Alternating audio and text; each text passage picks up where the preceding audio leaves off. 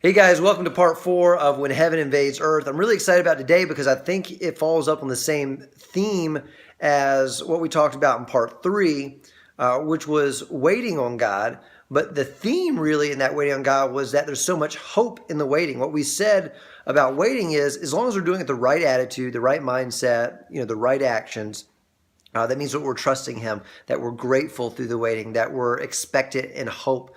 We know that it's all for good. We're not whining and complaining about it, right? We're not moving ahead of Him and choosing less than His best. Then we can have a lot of hope because I believe the longer the wait, as long as it's in the right attitude, in the right position in our relationship with God, the longer the wait, the greater the invasion will be. The longer the wait, the greater the invasion will be. So today what we're talking about is when heaven invades earth is in the impossible situations in our life. And of course, that is the same theme of hope because, when impossible situations happen in our life, and I've got a good friend who's going through cancer treatment right now, just had surgery actually yesterday. And shout out to you, Jackie Bickle, and prayers for you.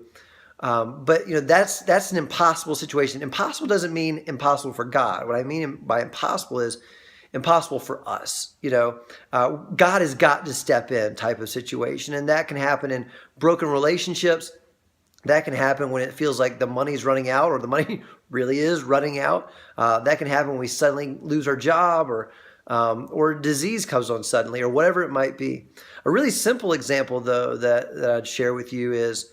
I've got 3 girls and 2 littler girls, and they need my help. When the jug of water, we have a jug of water, when it's full, they cannot pick it up to pour it into a cup. So they ask for my help. Now, when they're off playing with their dolls, they don't ask for my help.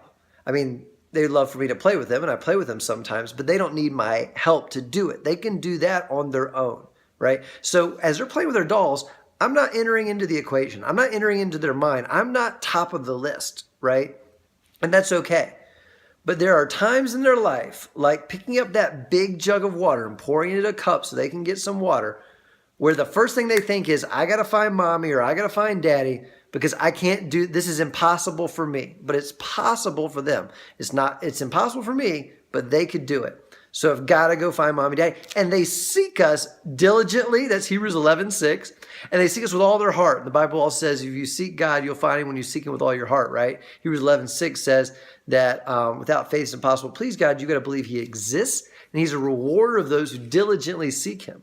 And I think the reward is Him. So anyway, they diligently seek us. Like if I was in the middle of making this video and they were thirsty, right? You would see them in the background of this video saying, Daddy, Daddy. They'd be tugging on my jacket, right? They'd be saying, come help us.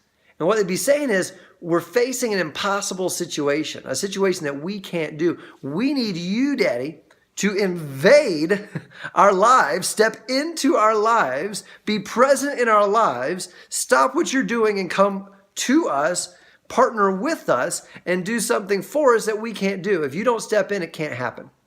And we see this really throughout the Gospels.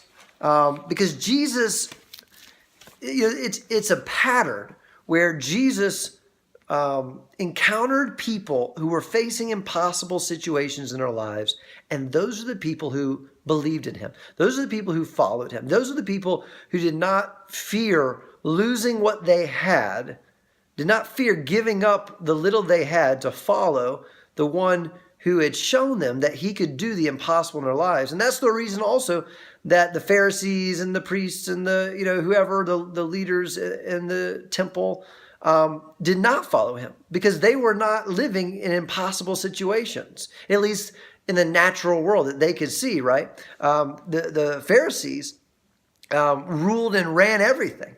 And they stole people's money. They had plenty of money. They lived well. When the one who can do the impossible comes and meets a person who, at least in their own eyesight, does not see a need for someone who can do the impossible, then really they're either, at the least they're not needed. Jesus is not needed. And at the most, sometimes Jesus is very much rejected and almost feared because the people who don't have any need say, whoa, why would you step in? Why would I need you? It's almost like people who feel like they don't have any need are scared to have need.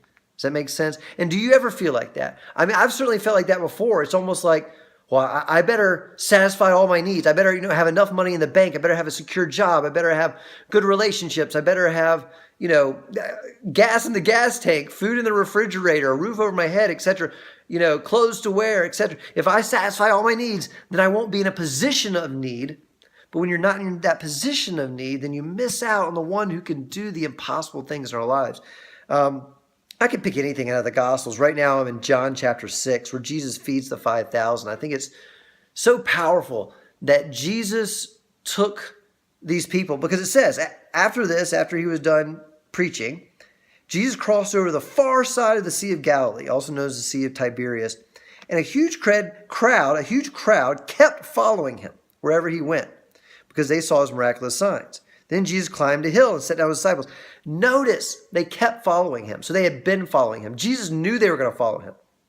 And still, Jesus led them. Get this. He knew they were following him. Jesus led them far away from any place where they could get food.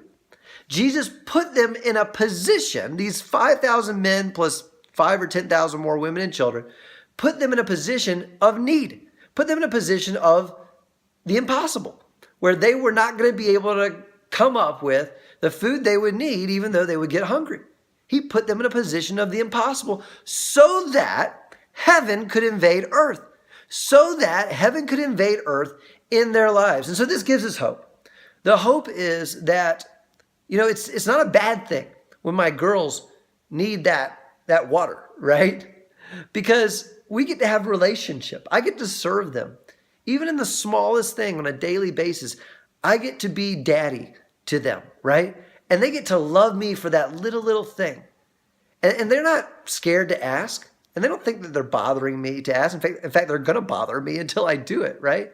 And they're going to come to me and say, Dad, invade our lives and do the impossible because we need a drink of water. And that's the same thing that we need to say to God. God, invade our lives, especially this impossible situation. And when I face impossible situations, I have hope because I can say, praise you, God.